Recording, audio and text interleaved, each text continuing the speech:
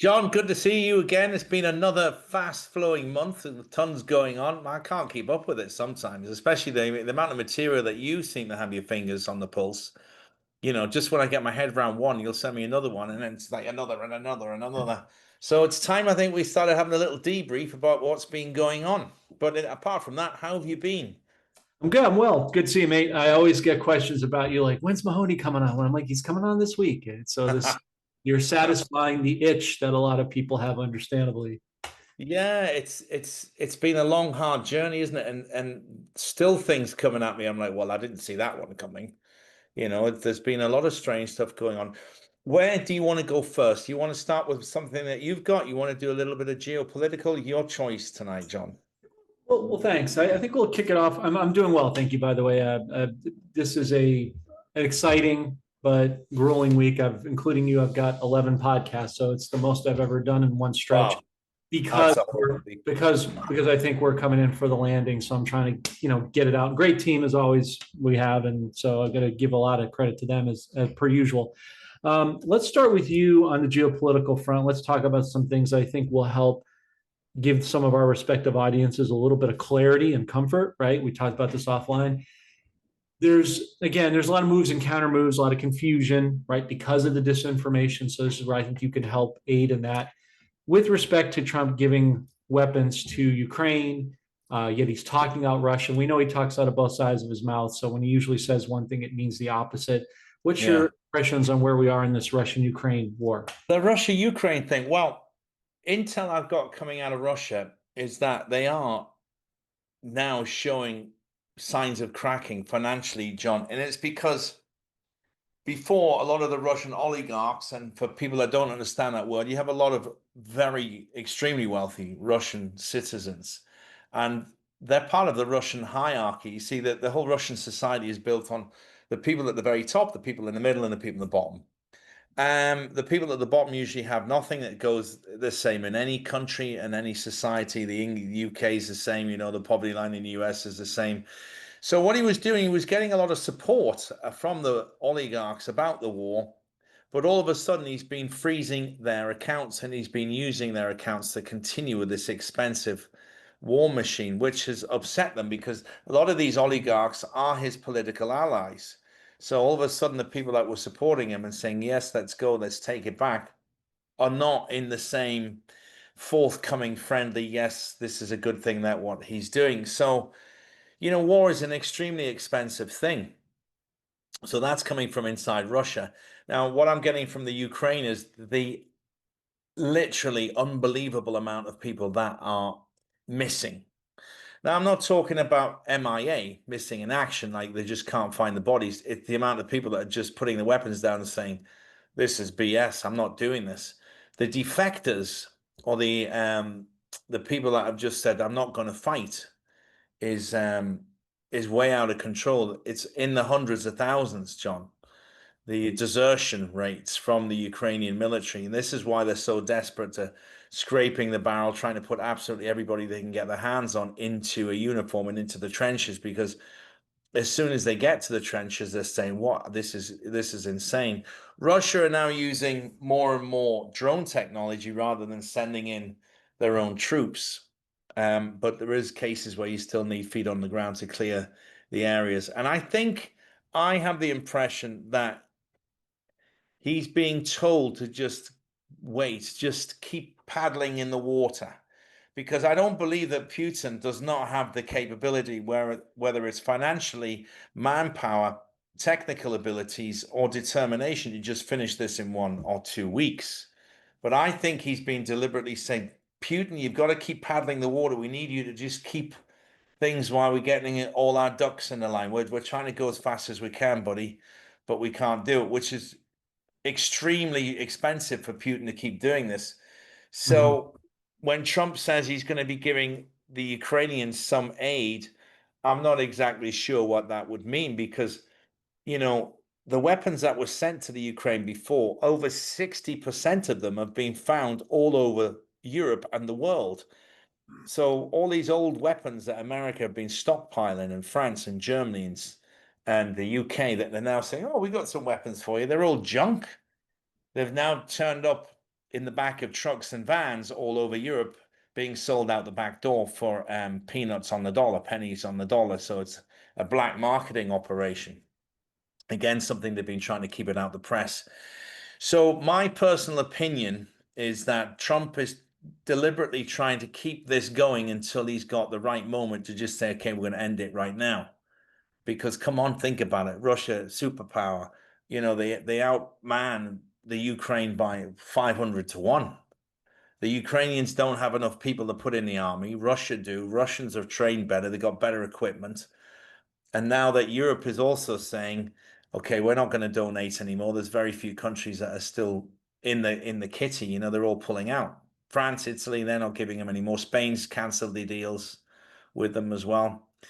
And then you've got this other strange situation where the European Union are about to vote on what sanctions they're going to put on the USA for this trade situation where the USA is putting very high import taxes into products coming from certain countries because he's trying to balance things up. This is what we talked about for many years, John, isn't it? Let's rebalance the scales.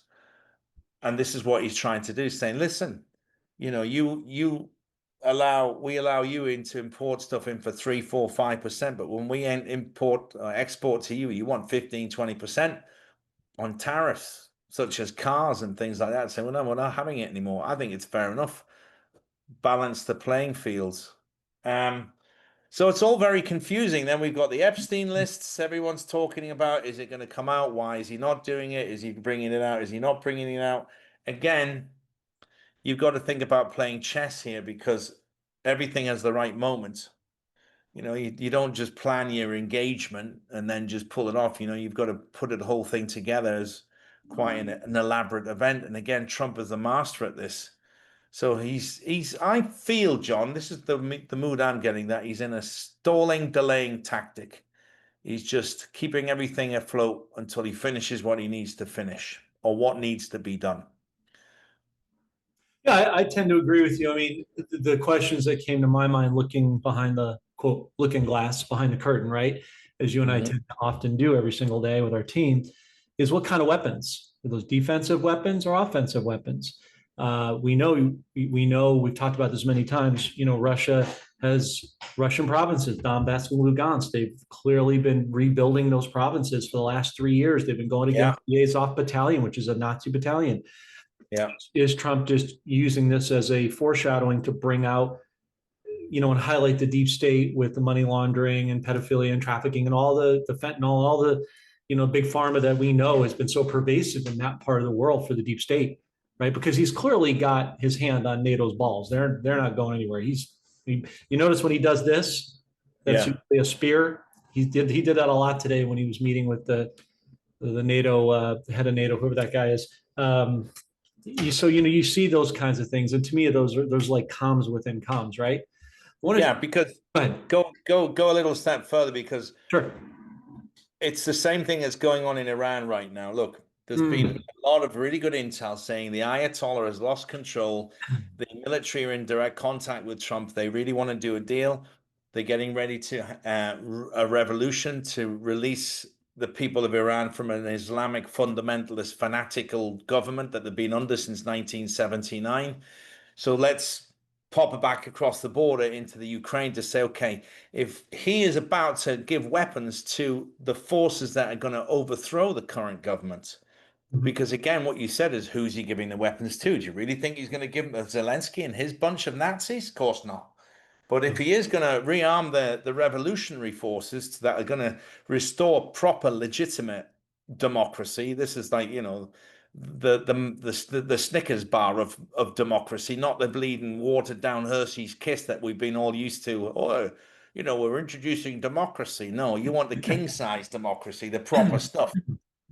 So who's he giving the weapons to? He's not going to giving them to homicidal, psychotic maniacs that are all working for the Azov battalion, as you say.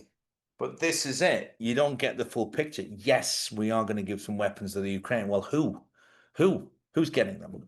And you got to believe it's not going to be the bad guys, because if you go back and follow American procedure for the last 30 years. If you go down to Oliver North and the Reagan days and the Contra days, when you've got Nicaragua and the communist rebels, they were in essence trying to do something good, which was stop communism taking over Middle and Central America. But it's how they did it, which became controversial. And it's the same thing here now. They want to release these people back into a democracy where women can wear what they want to wear and not be frightened of being stoned to death if they just decide to drive a car. I mean, okay, I'm all for women being controlled for driving cars, John. Let's just get a load of hate mail on that comment. That's going to get a lot of women triggered. I'm only joking, all of you. Wink, wink.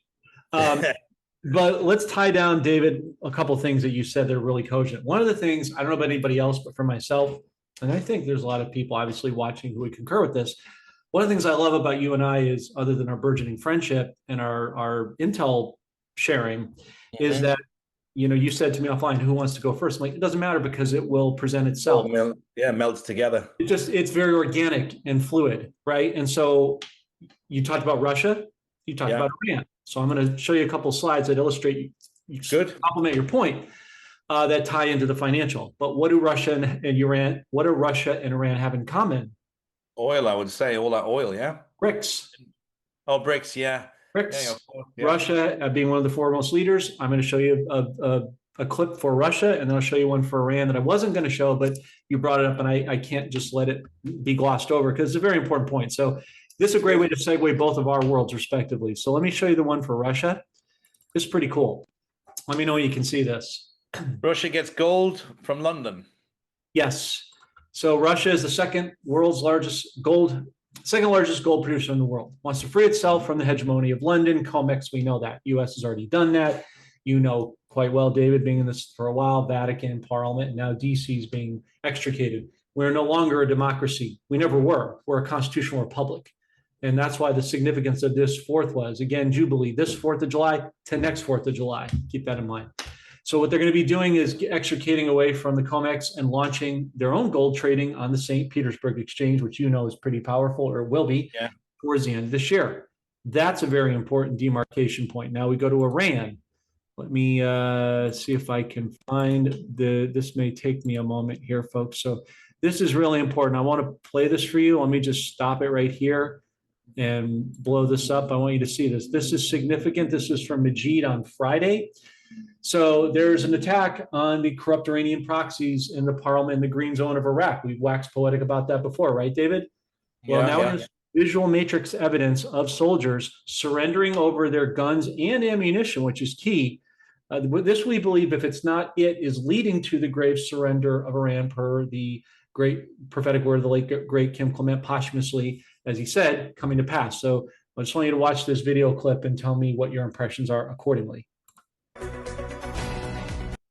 Okay, so that kind of gives you an idea. And this is again from Majid. This is a militia in Kurdistan, Iraq that has surrendered, handing over their weapons. And it's being set on fire. So what was your impressions as you watched that? Well, I thought it was strange that there's male and female. Kurdistan, okay. In Iran, in Iraq, okay. I know a lot of these. There's no insignia on any of the uniforms, so none of them had hats on. And why aren't any of the ammunition exploding in the fire? So it looks like it's a bit staged to me, John. I mean, I believe that actually be something that's happened, but that looks like a restaged press event because you wouldn't want to be standing next to that container with all the ammunition. Those NATO rounds from those AKs are going off. I wouldn't be happy to be standing anywhere near that. So it looks a bit staged to my feeling, but I'm not saying the event didn't happen because you've got those all the press cameras there as well. I agree. I think it was staged, but I think it's more of a foretelling of what's coming. That's why I think it's a symbolism of things. As I was watching with you, the thought that came to my mind, stream of consciousness as well, was kind of like Trump in his first term, the sword dance, passing of the soccer ball, you know, one by one seminal surrender, kind of like he did in his first term, and that's what's happening now. Well, in that particular area of the Middle East, there've always been these freedom fighters that are roaming around, the Kurds against the what's the other one that there was always people being gassed. Saddam was another one who hated all of them Kurds and the Shiites, the Sunni Shiite Muslims. But you know, the Iranian government's been in there so long now, John, and every single. I went to the airport the other day, sat up because I took an airport bus there because I already had a car at the airport, and I'm sitting next to a Turkish Iranian girl whose father was from Iran, been out since 1979, the same as always. You know, another really nice, interesting person, and the family ties that these people have. You know, her father rang her about 6 times saying, "Are you okay?" She's 42 years old. I said, "Why is your dad ringing you every 5 minutes?" It's the way he is. We look after ourselves like this, our people. The press has always given the Iranians such a hard time, but I don't know about you. I've never met a bad one. They're always very nice, very friendly, hospitable, warm people. I would love to see Iran go back to its former glory days. Yeah. Um, and the Shah's family have been living in Connecticut all these years. Very, very pro the USA. So let's see. Hopefully that the current Ayatollah has been eliminated in one of the attacks, and now it's time to release the hounds of democracy and the Snickers bars for everybody instead of Hershey's Kisses. Exactly. Good metaphor there. Well, I think what that signals also too, David, is Jasara. You know, even corrupt organizations like the UN, useless nations, the IMF, I call it the National Militia Fund. Even they are capitulating and saying it's time for debt forgiveness because they're all being trotted out to play the role they're told to play as the narrative, right? But Yeah. it is going to free up, as we said last time, a lot of the Christians in Iraq, Iran, Palestine. You know, you've traveled. There's a lot of Christians that the fake news never talks about. It's freeing up of those regions that God said through Kim Clement would happen. So, yeah, while the event itself may have been staged, I think it's a foretelling or foreshadowing of what's happening behind the scenes. Because as of Friday, the Iranians were put on high alert. Their corrupt proxies were going to be removed. And don't forget, the Kurdistan region, with the help of Erdogan in Turkey, is helping extricate those bad guys out. Yeah, they wouldn't reproduce the event because it's what they want people to understand. You know, if it was an event of a negative nature, they wouldn't bother reproducing it or recreating it. So this is what they're doing. This is an event that they want people to get their heads into this plan of peace, of disarmament, of unionism, and being joined together and letting go of the past and saying, you know, put kids on a desert island, John, none of them would be racist or hate each other. We'll just all get on with it. It's only when we start interfering and whispering things in the ears like, oh, they're really bad people, the guys that live in that tent. It's all Right. from whispers that our parents and people of peer pressure do, of influence in children's ears that becomes later obvious it's racism or prejudice, all of these things that they look down upon. Oh, you can't talk to that person because they don't talk as nice as you do, you Right. know, being prejudiced against people from Chicago when you're from New York. What? You both I know, sound right? stupid. You both have an annoying accent. You both sound over stewed in booze when you talk. Sometimes I wonder, David, if it's less about race and more about classism. You know, there's this Oh, ego and yeah. Most societies are built on classism, isn't it? You know, India, England, especially certainly England, UK is certainly like that. You know, I India. remember India, yeah, the class system, the way that you speak the language. I mean, America's a great example of how you can get around that by just getting on and doing a good job. People don't care about, look, does he do a good job? Yeah. All right, well, let's use him. They don't care about that anymore. But the UK, people judge you all the time about where you're from. Oh, you're Mm, from that part of the world, are you? Oh, you've managed all right, haven't you? You know, they're always right. surprised that you have your own fingers and toes and you can count and add up. If you've got, like, you know, you're coming from Liverpool or somewhere like that, or they move their expensive items, and there's a very strong class structure in the UK. John, what do we got on? Let's talk about how close we're getting now to some resettlements and regarding the Observations. currencies. Yeah. Yeah. Before I get into that, David, real quick, just to touch on the backs of what you said. I mean, even in little small, I grew up in New England, you know, in Massachusetts, and I grew up in the western part of the state, which is why I don't have that Boston accent. I can pull it out. So I went to college there. You know, my favorite is every college student in Boston has gone through this, whether they're from Boston or the western part of the state or Worcester. You know, anybody who's from Massachusetts knows you say Worcester, Yeah. not Worcester. That's like, you Yeah. know, you're not a native when you say it that way. It's Worcester, A-H. Yeah. There's no Like the ER, town. it's AH. But every time you get in Boston, you get you get a parking ticket. It's if you have a car, it's like a rite of passage when you live in that city because it's just so congested, right? and you've got to call up. It's welcome to the Boston Transportation Department. Everybody, like I said, but Bostonians do tend to judge any New Englanders who are not from Boston. Like if they think you're in the western part of the state, they don't think you count, as they think you're a Connecticutonian, and you're not. But that's the perception that's foreshadowed over you. Yeah. You have to overcome sometimes when you're not from the area. Okay, Risa, yeah. So look, Chicago's another city. They've got two baseball teams in the same city, and they hate each other. oh yeah, A lot yeah, of well, places are like that. UK too, Manchester, two soccer teams that can't stand each other. right. I think Well, Liverpool as well. going back Anyway, to what you said about racism, where does racism and hate come from? Fear. Nobody's born taught that. Nobody's born coming out of the womb that way. So it's taught, it's inculcated through society. And that's been the fear porn low frequency that they've kept us divided them by race, age, background, geographical location, caste system, whatever they got. yeah. But I think people are waking up to the degree that doesn't have any viability anymore as people are coming out of that chasm. It's just like, it's like COVID. They're immune to it now. Your body fights off once it gets introduced to enough viruses. It gets to fight off. It becomes familiar with it. It no longer has the stronghold it did the first time. And it's True. similar in what you're talking about.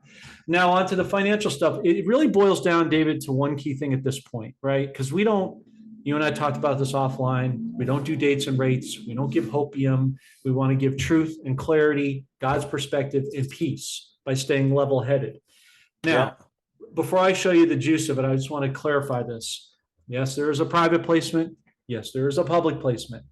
Yes, the public will go. No, you're not going to get screwed.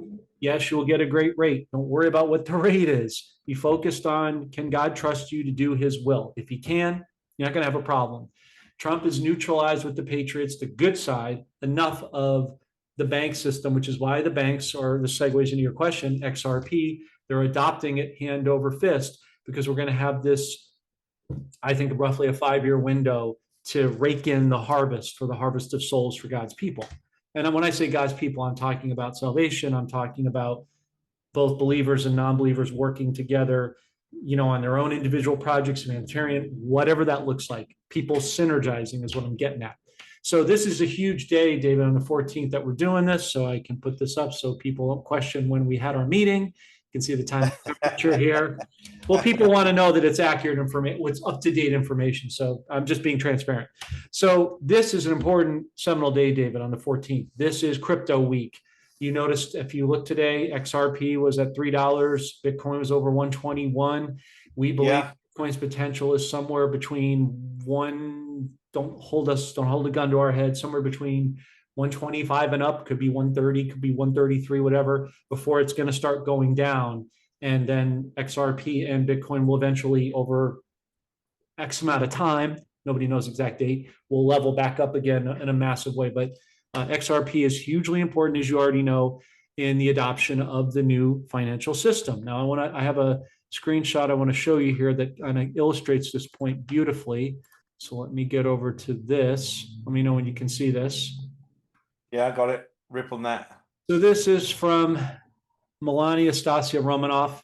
Okay, she's talking about the anatomy of ISO 20022 going live today and what that means. So it goes live today. Why is that important? Everyone's screaming XRP is ISO 20022 compliant, but most don't understand what it means. So here's the breakdown.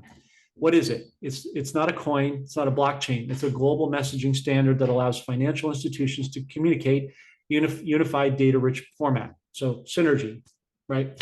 Think of it as an upgrading the world's payment system from fax to encrypted email. Why is today important? Because the Fed wire, which we really believe is the world wire, because we know that this is key, David, XRP and XLM, backed by silver, are integrated together. What's behind that? XDC, copper. Copper is going to be a great backstop to silver. You and I have talked about for years ago, going back to Denise in 2022. This brings the U.S. in line with Europe, the quote unquote SWIFT, and the rest of the modern financial system. It's huge. And a RippleNet. RippleNet is Ripple's enterprise-grade networks for banks and bank providers, fast, global, and it's already ISO 20022 ready or compliant. This means Ripple can integrate with the upgraded banking infrastructure going live today. Where does XRP fit in? XRP is not ISO 20022 compliant because crypto tokens don't use messaging formats. It's compliant because XRP is connected with RippleNet as an abridgment. So all the banks are adopting it now, the EFTs and such. That's the difference. Why is there confusion? Because crypto Twitter people love buzzwords. Saying Ripple ISO compliant sounds bullish, but it's misleading. Now we actually are in a bull cycle, David. This is the other key demarcation point today. You're going to start to see these major coins and some of the meme coins starting to run, right? If you notice, the Dixie is down. Gold is just slightly down today, silver slightly down, but it ticked over 39.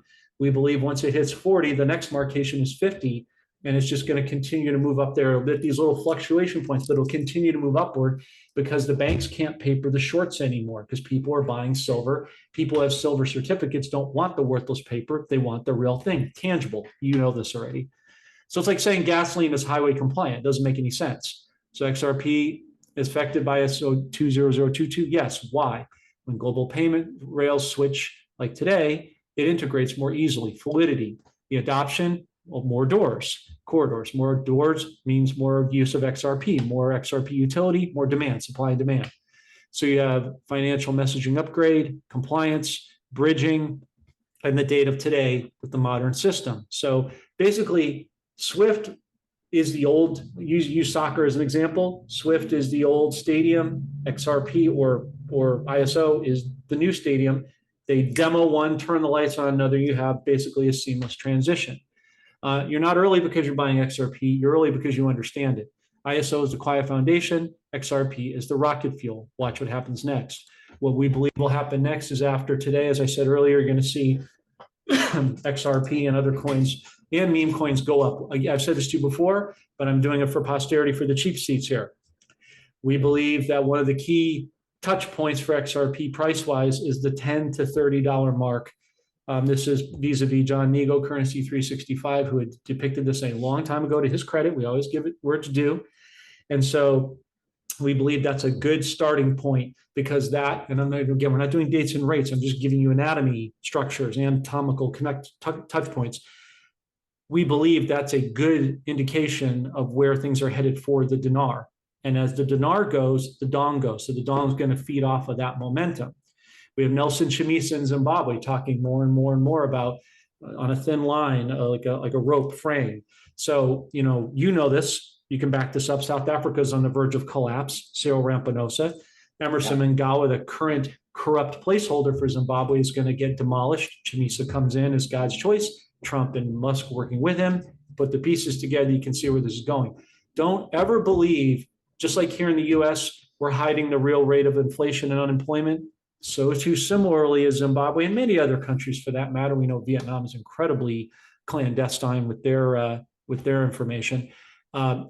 Zimbabwe is not showing their real rate of gold. They have more than enough gold to back what's going on in not just the bonds, but in other things as well. Yeah, I mean, again, it's down to this particular run now. It's because of XRP has forced the market up. Plus, Trump has been talking about, listen, we're going to make the US the capital of crypto. And once he finalizes his decision not to tax capital gains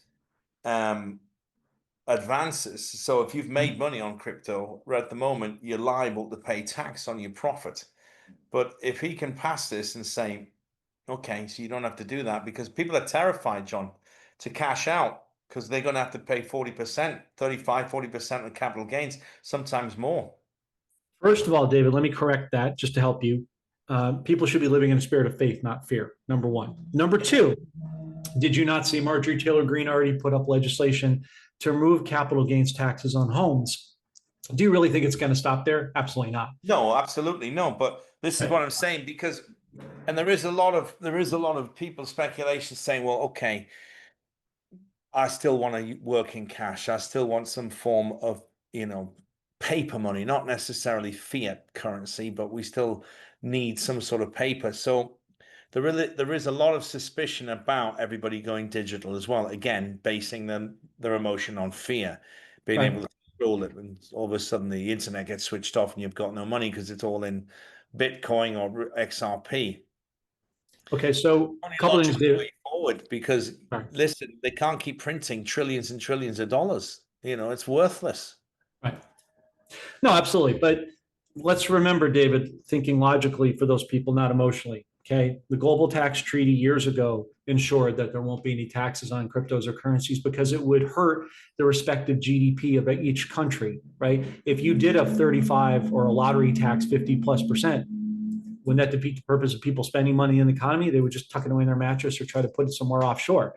So, but we've already established, I showed this to you many years ago, the Fed was baked into the Treasury back during 2020 in Convict by Trump. He did that very surreptitiously. In doing so, he brought us back to a constitutional republic. He wants the people to adopt it and change their frequency of thinking so that they support it. Because what he's going to do now is, you see Powell, right? They've already got this. This is a movie.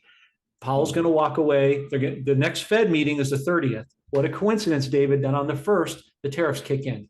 I think he's going to do reciprocal trade tariffs like he did with Malay and Argentina, 0 for 0. Reciprocal just means mirroring.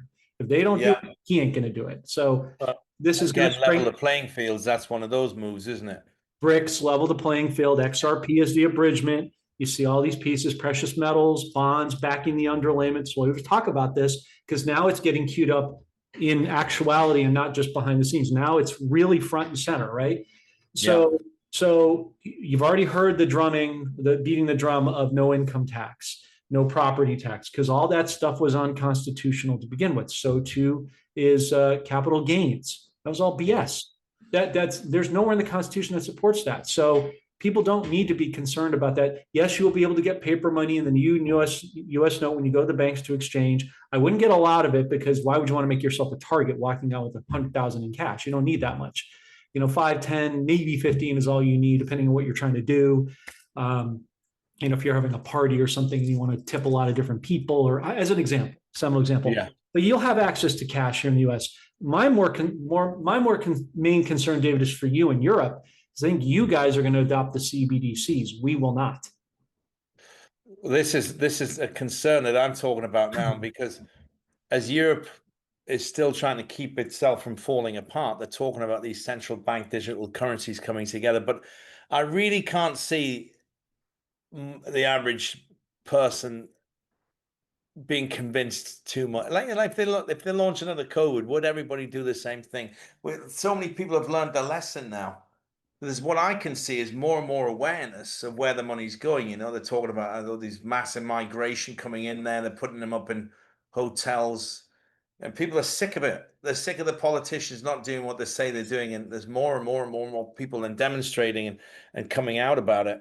And you can see why they're getting so worried with somewhere like the UK restricting so much freedom of speech. This is because they're nervous. It's a classic book, isn't it? It's George Orwell. Shut the people up. We don't want them talking. Oh my God, they've figured it out. They know what's going on. It's not. It's just a matter of time. Ireland is the same now. The Irish are really starting to push back and saying we're not having this anymore. It's the time of the people coming back and realizing that these guys have been totally sucking all the blood out of us our entire lives and our parents' lives and our grandparents' lives, controlling the money, printing it, making us work like maniacs, forcing us using mortgages that are just fraudulently created from numbers on a computer screen where they didn't have the money in the first place, but yet we're paying them 5, 6, 7% interest on money that they never had in the first place. The house is artificially expensive. Now the gasoline's gone up, the food's gone up because we're paying for a war and sending all the money to the Ukraine when we should be focusing on our veterans, old people, healthcare, infrastructure. But all you're doing is selling all this old weapons off, continuing giving them loans of trillions of dollars. There's no invoices. We don't know where all the money's gone. I mean, it just goes on, doesn't it? Thanks. And the worst case is all of their people that represent them as politicians have made millions and are not allowed. They're not at liberty to discuss how they've made liberty. Look, you got on a salary of $200,000, but yet you've acquired wealth for 50 million. How have you done that? That's not insider trading from your best friends on Wall Street. You lying son of a bitch. I can neither confirm nor deny. Yeah, exactly. Your old pal Bill. He was another one, wasn't he, Bill? Yeah, your old pal Bill. Terrible now. Doesn't he? He's worm food now. Yeah, That ain't really him, you know that. But yeah, banks produce no products or services. They loan out your money. I'm going to show you how they've been doing it in a second because it ties to somebody very special that's going to, I believe, supplant Powell. But yeah, I was watching an expose on YouTube the other day about British women, in particular in your home country, are standing up against a lot of foreign insurgents coming in from other countries trying to rob them or bully or push them around. People need to stand up. The good thing about this climax of this tension of the frequency shift in the world is we're seeing people wake up, get pissed off, get involved, and saying, as you said, enough is enough. And enough is enough. people need to stand up. That's what Trump's doing here. And I think that's resonating throughout, as you said, in a sort of tacit way, the whole of the world. Let me see if I can pull this article up here. This is my girl here. I'm pretty excited about Judy Shelton. I've told you that it's our fervent belief as a team that she is going to be the one that replaces Powell. She wants the gold standard return to be on her legacy, right?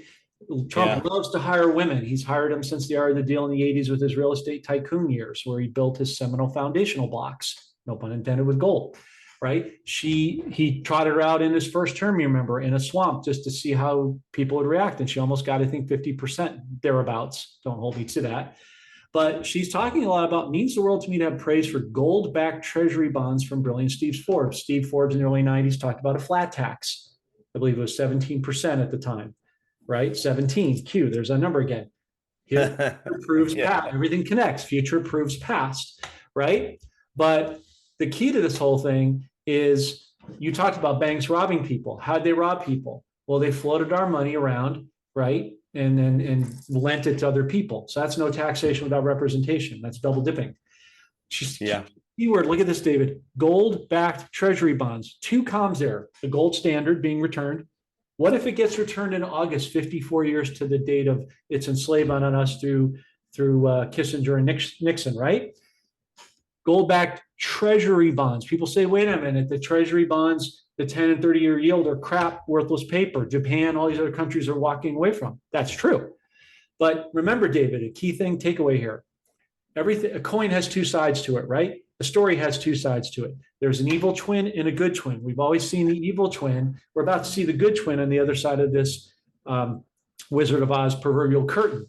Treasury bonds. What if they've been living off here in America, David, off of our Treasury Direct bonds, our birth certificate, our driver's license, our Social Security bonds, and that's getting returned back to the people sometime next year in the 250th anniversary as part of the Jubilee. We think that's what that ultimately means.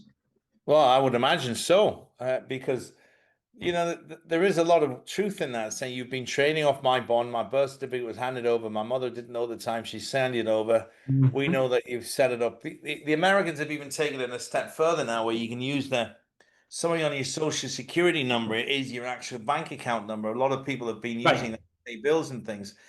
So you can try it. I mean, I think you do have some background in doing some research on that particular subject. I remember we spoke about it about 4 or 5 years ago, John. Yeah. But what's the bottom line then? Let's bottom line this right now. So what's going on in the Middle East? Trump is trying to do some settlement deals in the Middle East right now. He's been over there. He set all the foundations up. And now he's just saying, okay, we got Iran has been supporting a lot of terrorist groups throughout that region, through Syria, through Iraq, through Lebanon. And now we've got this Middle Eastern situation with Israel and Palestine. So the whole thing is just a kinder, just waiting to explode again. But he must have a plan how to keep everything there. And then we've got the other side of it. We've got the Russians who support the Iranians because they're part of BRICS and they're locked together in an agreement. Then we've got the Indians on the other side of the planet that are still watching what's going on because he managed to calm things down with them in Pakistan. Right. But if you think about all these countries that are about to push the nuclear launch button, it's just a distraction from what's really going on behind the scenes in other places.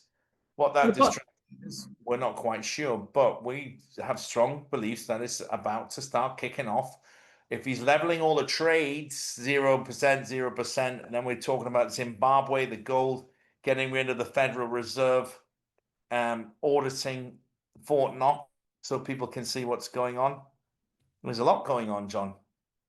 Well, David, it's like you said at the beginning of the top of this podcast, you started with Russia and, holding all these balls in the air. It's kind of like air traffic controllers having planes kind of stay at a certain Yeah. altitude before they let them land On a holding pattern. on a holding pattern.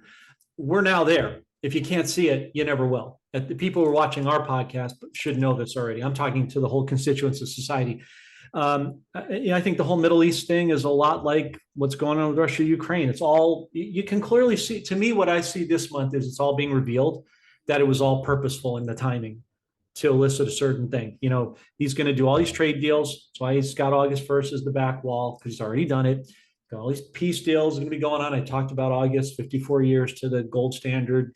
You think it's coincidence that Powell's being ushered out and they've already got his replacement and they've already got a date set for the next Fed meeting where they're going to start dropping the interest rates. They're going to drop them eventually to zero because we're not going to need the Fed anymore. We never did, right? Our actual consumer debt is about 10 billion. It's not 37 trillion. The real rate of real debt, if we were to, I had Bill Holter on last week, David, the real rate, if we were going to set gold and silver to pay off the debt, would put gold and silver in the six-figure range, no problem. But we're not going to do that because obviously that would put it out of reach for most people in the world. So that's not necessary. You just default like that and reset the system, and it automatically levels, as you said rightly, the playing field. So with Iraq, with the surrender of the militias, staged or otherwise, the grave surrender, the removal of the corrupt proxies in Iran, we know is happening behind the scenes in the green zone, and Kurdistan getting involved in Erdogan and all these moving pieces. We see sooner than later, I think is a diplomatic way to put it, this plane freaking landing that everybody wants to land so badly. And China-Taiwan would be something I'd be watching. I don't think that they're actually going to go to war, but I think they're going to make it look like it's Kim Clement threats and rumors of war as a wake-up operation. I think that's what it's leading to. Yeah, I was just remembering something else, because Iran have always had a reputation for issuing very stern, harsh threat warnings. If you launch one more missile, we will kill every single Middle Eastern American. And they never do anything. Now they've just said that we have now activated all our sleeper cells in the United States. Every taxi driver in every major city will be on the water. They always the shit. You are no longer my friend. I am not Iranian, I am Afghanistani. You are now part of sleeper cell in the but again, just more driving fear into the public, so you're not going to get in a taxi any city in America. Guy blowing up the taxi or driving it through some, I don't know, school bus full of disabled children or something. But again, all of this is a distraction. They put out these these press releases just to keep the average idiot sucking down Doritos and chugging on out-of-date beer. Out-of-date beer. I'll just keep them stupid. The Iranians. We got to bring Christopher Walken in to do diplomatic relations. Hey, don't worry so much, you crazy bastards. Take it easy. Have a donut, maybe a coffee, a toe. It's fantastic. Yeah. That'll calm them down. Well, John, I think we've kind of covered everything. Anything else you want to add before we wind it down? No, just the usual, David. Where can people find your work, and last thoughts for the audience? Well, the channel now, that you can, on Mahoney.tv, you can see all my videos. But if you're in the UK, you need a IPN hider, because they've banned BitChute now. Keir Starmer, that he's not even 1 foot in the closet. He's fully inside the closet. But you can look up Mahoney.tv and you can find all my work on there. And Mahoney David G for anything on Instagram or X. But I don't post a lot, John. I'm not into it. The videos, I'm still doing a few, but not too many. And we'll see you in a month, no? We'll see. We shall see. The timing will be interesting. And as always, folks, we have a great, on the channel here, we have a great list of solutions for vendors, for currencies, precious metals, and health solutions. So if you're looking into any of that, we'll leave those links in the description. Good to see you, brother, and we'll be in touch shortly. Thank you, John. That was fun. I'm going to go for now. It's 8 o'clock. I'm going to go for dinner and absorb this. And I will not be ringing taxi to pick me up. Enjoy the kids, brother. Talk to you later.